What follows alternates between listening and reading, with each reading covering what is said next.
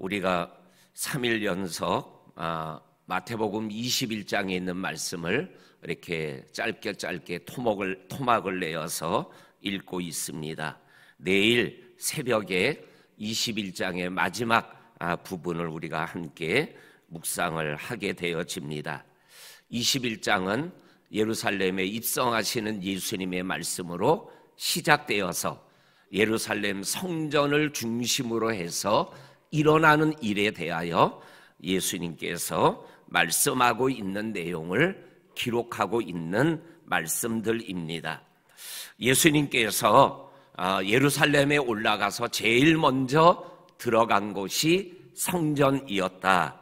그리고 왜 예수님께서 성전 중심으로 움직이고 있으신가라는 것에 대해서는 우리가 어저께 말씀을 나누었던 말씀대로 성전은 내 집이다, 예수의 집이다 라고 우리 주님이 친히 말씀하셨기 때문에 예수께서 자기 집에 거하고 자기 집을 중심으로 움직이는 것은 당연한 이치가 되는 것이죠. 이러한 말씀의 의미가 담겨져 있는 사건이 누가복음 2장 49절을 중심으로 보게 되면 6월절을 맞이하여 12살 된 예수님이 예루살렘의 6월절을 지키러 올라갔다가 6월절이 다 끝나고 고향으로 돌아가는 과정에 3일길을 가다가 보니 예수가 없더라. 그래서 뒤돌아서 3일길을 찾아서 예루살렘에 가서 성전에 들어가니 예수님이 율법학자들과 말씀을 같이 나누고 있더라. 그래서 부모님들이 예수야, 너 엄마 아빠가 걱정하는 줄도 모르고 아직도 여기에 있느냐? 그때 예수님이 부모님에게 대답했던 말씀이 뭐죠? 그 말씀이 누가복음 2장 49절에 나오는 말씀인데, 부모님이시여 내가 내 아버지 집에 있어야 할 줄을 알지 못하셨나이까? 이렇게 말씀하는 예수님의 대답을 우리들이 듣게 되어집니다. 그러니까는 예수님은 어려서부터 그리고 공생애 속에서도 여전히 성전 중심으로 움직이고 계셨고, 그 성전 중심의 영성이 바깥으로 흘러가고 있었음을 우리들에게 말씀하여 주고 계십니다. 우리들도 이러한 예수 믿는 우리들도 이러한 성전 중심의 믿음의 길을 걸어가야 됨을 우리들에게 분명하게 말씀하여 주고 계십니다. 우리 성도님들, 오늘 우리가 읽은 23절에 보면 예수께서 성전에 들어가 가르치셨다. 그런데 앞부분에 보게 되면 14절에 보면 성전에서 맹인과 저는 자들을 치료하여 주셨다.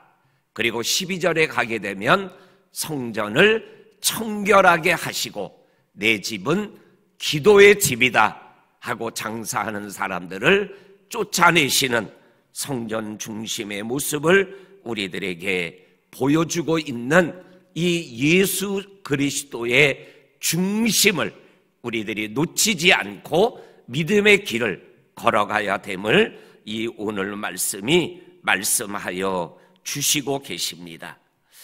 이럴 때 대제사장들과 백성의 장로들이 무슨 권위로 이러한 일을 하느냐라고 예수님에게 질문하고 있는 모습을 우리들이 읽어보게 되어집니다.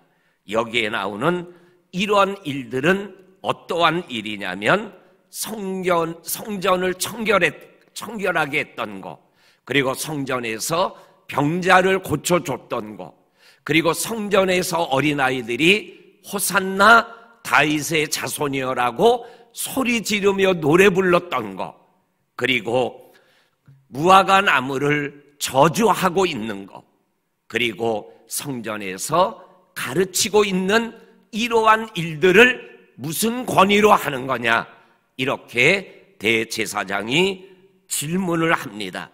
그랬더니 우리가 아는 대로 24절에 보면 질문에 대한 답을 하는 것이 아니라 질문에 대하여 질문으로 답을 하고 있습니다.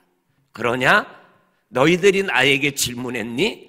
나도 너희에게 질문하는데 이 질문에 대하여 답하면 나도 너희의 질문에 대하여 답하리라. 그리고 질문한 내용이 요한의 세례가 하늘에서부터냐 사람에게서부터냐 이렇게 질문을 하고 있는 모습을 보게 되어집니다.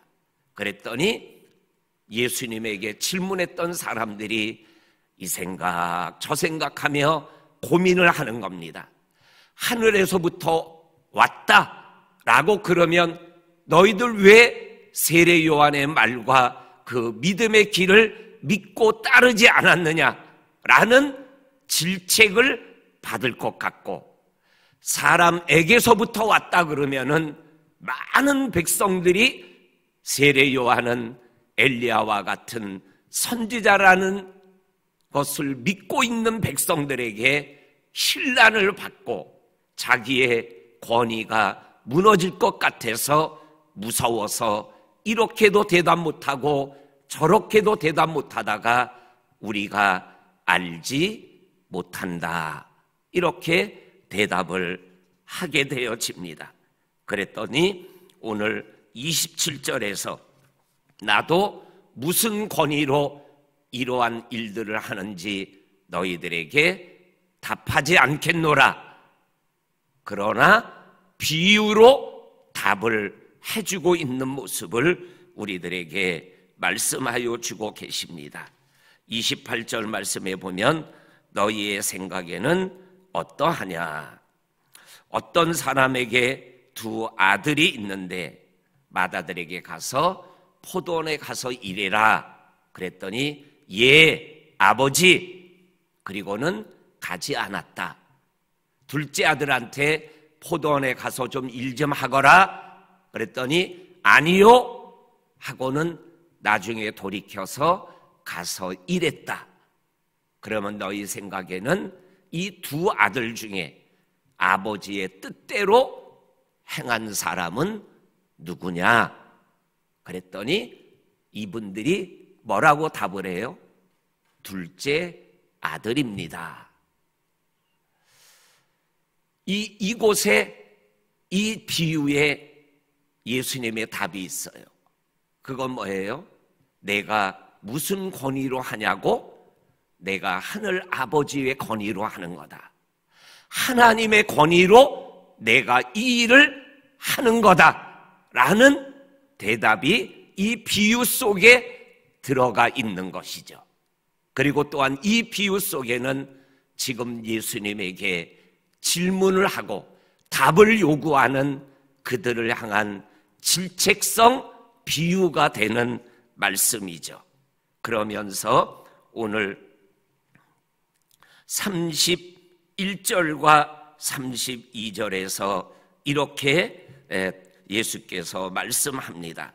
31절 중간 부분에 보면 예수께서 그들에게 대답하시되 내가 진실로 너희에게 이르노니 세리들과 창녀들이 너희들보다 먼저 하나님의 나라에 들어가리라.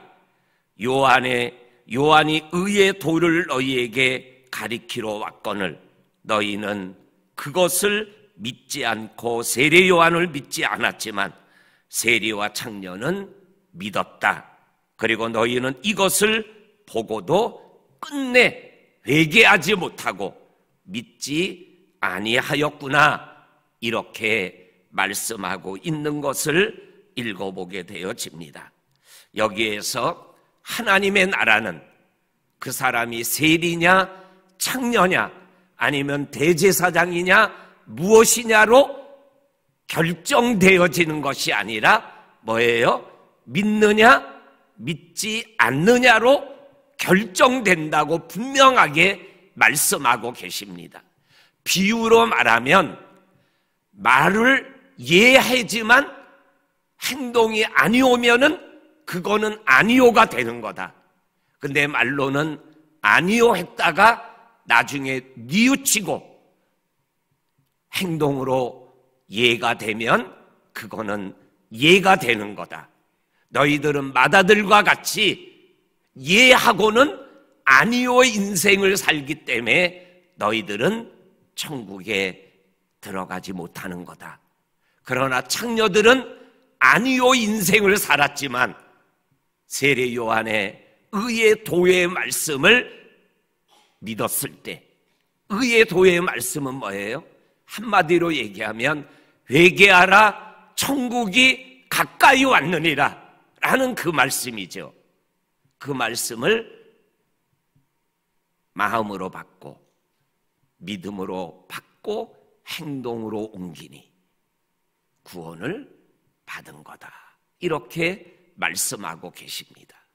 어저께 무화과 나무의 저주의 말씀으로 비유하면 경건의 모양은 있지만 경건의 능력이 없는 그들을 예수님이 비유로 질타한 것처럼 오늘 말씀에서는 큰아들과 작은아들의 비유를 통해서 또 말씀하여 주시며 그들이 돌아오기를 원하시는 아버지 하나님의 마음을 느끼게 하는 것이 오늘 이 말씀 속에 담겨져 있는데 그들이 깨닫지 못하고 뉘우치지도 못하고 믿지도 못하고 결국은 예수를 십자가에 죽이는 자가 되어버리고 말입니다.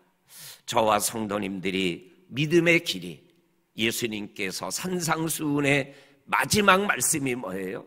이 말씀을 듣고 행하는 자는 지혜로운 자니 반석 위에 집을 짓는 사람과 같으니 비가 나고 창수가 나도 무너지지 않는다라는 예수님의 말씀을 기억나게 하는 이 말씀을 우리들이 기억하며 오늘도 믿음의 길을 걸어가며 하나님이 말씀하신 것을 붙잡고 한 걸음 한 걸음 나아가는 저와 성도님들이 될 수 있기를 주의 이름으로 간절히 축원합니다. 아멘. 하나님 아버지 감사합니다. 오늘도 우리들에게 새벽을 깨워주시고 하나님의 말씀 앞에서 아멘하며 하루를 시작하는 저와 성도님들의 영과 육과 삶을 인도하시고 축복하여 주옵소서. 예수님의 이름으로 기도하옵나이다. 아멘.